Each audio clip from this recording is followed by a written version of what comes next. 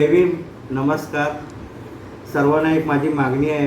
मी राजेश देवजी पवार हरचे या गावचा असून तालुका लांजा जिल्हा रत्नागिरी हा कोकण प्रांतातील गाव अतिशय दुर्मिळ भाग असून या भागात अनेक वर्षे आमच्या पिढ्यापिढ्या या गावात गेल्या असून आज आमच्या गावामध्ये बाबासाहेब आंबेडकर यांच्या आशीर्वादाने अनेक पिढ्या आज गरीब अवस्थेत असताना आज आमच्या सर्व म्हणजे सुधारणा झाली असून बाबासाहेबांच्या या विचारामुळे किंवा त्यांनी दिलेल्या आमच्या मार्गावर आम्ही आज सुधारणा केली असून आज आमच्या गावामध्ये 6 डिसेंबर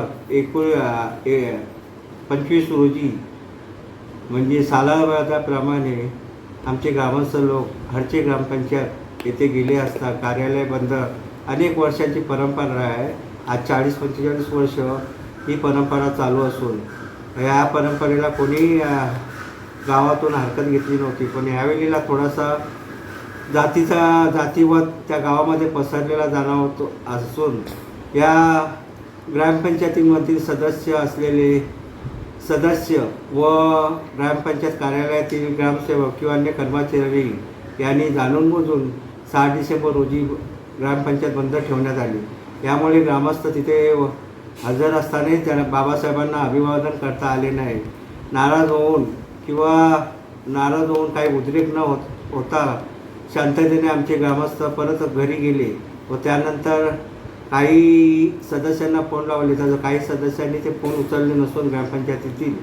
तरी आमची अशी मागणी आहे, माननीय मुख्यमंत्री माननीय उपमुख्यमंत्री यांनी आज याची चौकशी करून संबंधित ग्रामपंचायत सदस्य व कर्मचाऱ्यांच्या ॲट्रॉसिटीनुसार कायद्यानुसार आपण सांगितलं की तुमचे जे ग्रामसेवक आहेत त्यांच्याकडनं घोटाळा होत होता आणि तो घोटाळा संदर्भात काय सांगाल? घोटाळा म्हणजे असा मॅडम की आमच्या इथे पंतप्रधान योजना घर घर पाणी योजना आली होती.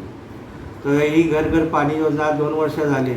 आमच्यातील काही एखादा विरोधक उभा करून तिथे त्या कार्याला म्हणजे ज्या हे आहे त्याला विरोध करण्यासाठी उभा केला जातो आणि ती योजना कशी बंद करता येईल या योजनेकरता 40 लाख रुपये केंद्र शासनाकडून आले असताना या योजनेअंतर्गत आमच्या वाडीतील अभाववृद्धांचा फायदा होणार असून आज 40 लाख रुपये फक्त 10 लाख रुपये विहिरीच्या बांधकामासाठी असून आणि 30 लाख रुपये म्हणजे घरात पाणी येण्यासाठी असून या योजनेला 2 वर्ष पूर्ण होत आली आहे.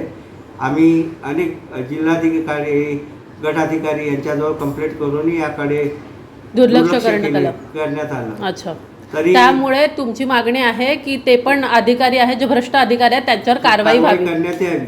अच्छा, आणि तुम्ही बऱ्याचदा ह्याच्यावर निवेदन वगैरे केलं तरी पण तिथले जे भ्रष्ट अधिकारी आहेत ते ऐकत नाहीयेत. त्यामुळे आपलं म्हणणं आहे की ॲट्रॉसिटी अंतर्गत त्यांच्यावर गुन्हा दाखल करण्यात यावा. आणि आणखी या संदर्भात आपण पोलीस स्टेशनमध्ये गेला होतात का किंवा आमची एक संघटना आहे मॅडम, जिल्हाधिकाऱ्यांशी बोललात का? आमची एक संघटना आहे मॅडम, संघटना आहे. पण त्या संघटनेचं कसं आता मला वैयक्तिक लढायचं कारण संघटना कशी होते त्याच्यात 25 लोक असतात किंवा 50 लोक असतात. पण मला आवाज वैयक्तिकरित्या लढायचा आहे. संघटनेला या कार्यात फसवायचं नसून तर मी हा वैयक्तिक आवाज उठवतोय. संघटना त्यांच्या पद्धतीने तो आवाज उठवेल मॅडम. पण माझं म्हणणं आहे की आज आहे ना तुम्हाला सांगतो 19 तारीखला 17/11 रोजी ग्रामस्थांना 3 दिवस पाणी नाही आलं 17 तारखेपासून. त्यामुळे काही वृद्ध तिथे राहत असल्यामुळे त्यांचे खूप हाल झाले. मी त्यावेळेला नुसताच गावी गेलो होतो 4-5 दिवसाच्यासाठी. तर माझेही त्या पाण्या वाचून हाल खूप झाले. तर आम्ही ग्रामपंचायत सदस्य यांना किंवा ग्रामसेवकांना भेटता ना आम्हाला असे बंधारे बांधायचे. त्यामुळे त्या 2-3 दिवस पाणी आलेलंच नाही आमच्या वाडीतील लोकांना. अच्छा, पाण्याची समस्या मोठी पाण्याची समस्या. डोंगराळ भाग असल्यामुळे पाणी आणणं खूप कठीण आहे. 1.5 किलोमीटर खाली उतरावं लागतं आणि परत वरती 1.5 किलोमीटर चढावं लागतं मॅडम. अशा पद्धतीने समस्या आहे. आणि आज रस्ते बघाल ना तर तुम्हाला वाटेल 1950 एकंदरीत आपले जे वाडीतलं आहे तिथं भ्रष्ट अधिकारी असल्यामुळे कोणती विकास कामे होत नाहीत असा आपला आरोप आहे. ठीक आहे, तर त्याच्या संदर्भात लवकरात लवकर कारवाई व्हावी असं आपलं म्हणणं आहे.